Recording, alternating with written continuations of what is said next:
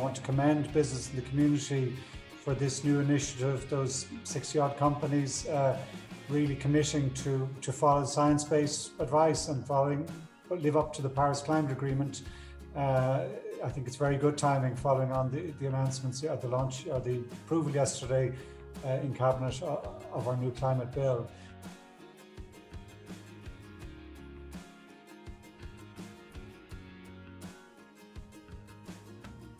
This is just the beginning of something that is ambitious and transformational. And it does require, as Shay was saying, deconstructing a lot of what we do. This is not only just about the outreach or the recruitment, this is about retaining talent. And this is a critical issue as we go and look at our future competitiveness, our rebuilding after this pandemic, and how we're going to thrive as a country, how we're going to keep on attracting top investment into this country. It's all going to be about how diverse and inclusive our workplaces are. So this is how important this is.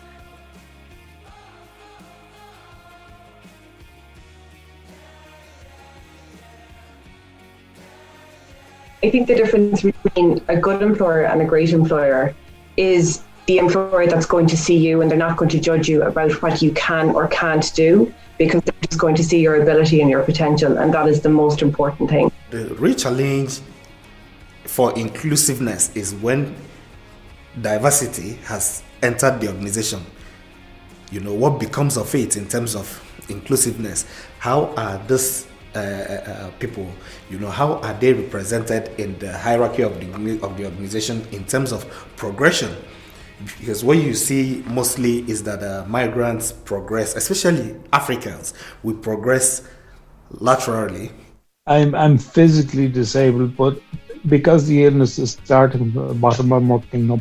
My mental powers or my mental acuity is still pretty much there, and the company values it.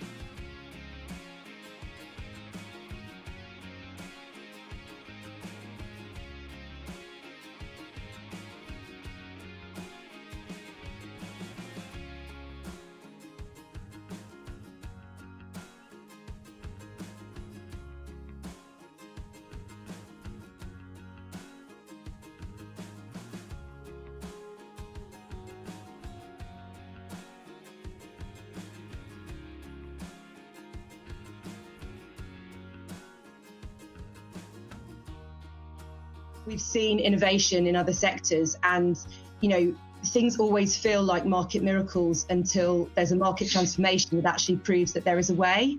And so I passionately believe, given we work across Campus Island, but also the wider group with some amazingly talented people, suppliers, as Yvonne called out as well, clients, this a collaborative approach. And the Scope 3 point specifically really underlines how critical it is that we don't view this as a sort of competitive leverage of one against the other, but actually identify a way in which we can see a wider sort of collective agency.